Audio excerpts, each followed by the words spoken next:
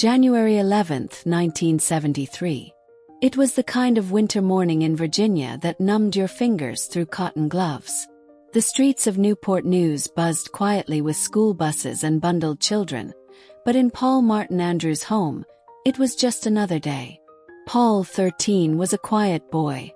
Shy, polite, a little too soft-spoken for his age. His family called him the peacemaker. He had 2 younger siblings who depended on him more than they probably should have. That morning, Paul was asked to run a simple errand, pick up milk and bread from the store a few blocks away. He didn't complain. He rarely did. It was a small thing, something he'd done dozens of times. His mother handed him a couple of crumpled dollar bills and kissed his cheek, not knowing it would be the last time she'd see her son for days. Paul left the house, his breath puffing in little clouds as he walked. The street felt unusually quiet, as if the neighborhood was holding its breath. He didn't notice the blue van that had been trailing him since he turned the first corner. It was parked just off the sidewalk, engine humming softly, its back windows covered with dark tape. Paul wouldn't have given it a second thought if it weren't for the man who leaned out from the driver's seat and called to him. "Hey, kid. You know where the old church is on Main?" The man looked ordinary enough. He wore thick glasses, had greasy black hair, and his voice was flat and unthreatening. Paul paused, unsure. "I'm trying to drop off some donations," the man said, nodding to the back of the van. "You want a ride?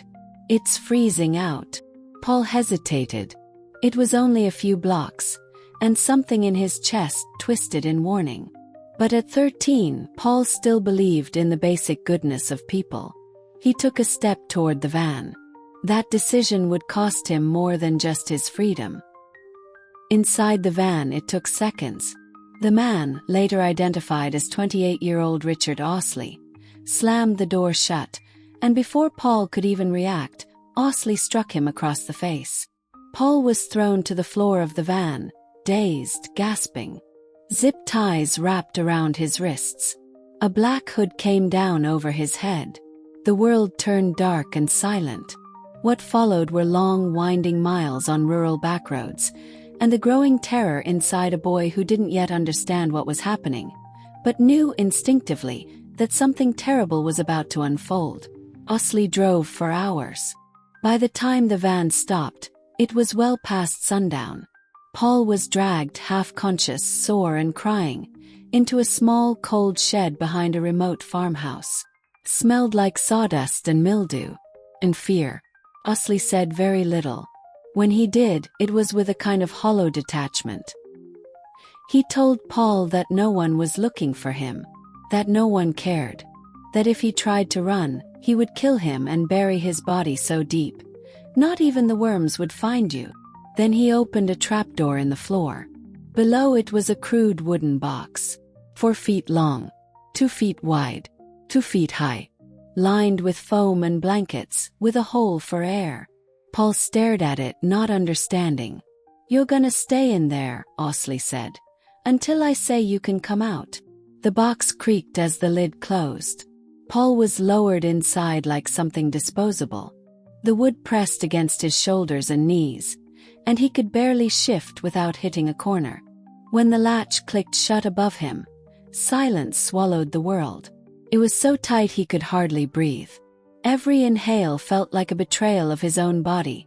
Every exhale was louder than his thoughts. There was no light, just the echo of his heartbeat and the memory of Osley's cold voice. That first night in the box, Paul cried until his throat ached and his nose bled. He begged for his mother, pleaded with God, and clawed at the lid until his fingernails peeled. He imagined the sun was rising just above him, imagined people searching the streets, imagined being missed. But slowly, terrifyingly, the thought crept in, what if no one even knows I'm gone yet? He was 13. His biggest worry the day before had been his science, imagined people searching the streets, imagined being missed. But slowly, terrifyingly, the thought crept in, what if no one even knows I'm gone yet? Quiz. Now he was buried in wood and soil, a prisoner beneath a stranger's shed, forgotten. Osley opened the lid the next morning like someone lifting a lid off a pot. Usual. Cold. He handed Paul a bottle of water, a plastic bag of bread crusts, and without a word, slammed the box shut again. This was the beginning of Paul's new reality. Hours turned to days. There was no way to track time. Paul learned to listen for the pattern in Osley's boots, the way they crunched the gravel, the sound of the latch on the shed, the sick rhythm that meant it was time to be pulled out. Osley wasn't just holding Paul. He was torturing him. The assaults came in waves, sometimes followed by apologies, other times by threats. There was no consistency, no way to predict when cruelty would strike. That was its own kind of torment. Paul tried to fight once, screamed, bit, kicked. Osley broke his ribs. After that, Paul folded in on himself. He learned to be quiet, to be still. He tried to disappear within his own mind. He imagined being rescued, imagined bursting from the box into daylight. Sometimes he talked to his sister in his head, imagined her voice reading him stories like she used to when they were younger. That small thread of love kept him anchored to something real. But hope, like air in the box, was limited. Back home, panic had begun to rise. When Paul didn't return from the store, his family called the police. At first, officers assumed he'd run away. That was the narrative then, kids just run off. But his mother knew something was wrong. Paul had never even crossed the street without permission. Within 48 hours, flyers went up. His school organized searches. A detective named Harold Mays took an interest and began combing through local tips. Several witnesses recalled seeing a blue van in the neighborhood. A neighbor remembered hearing a scream.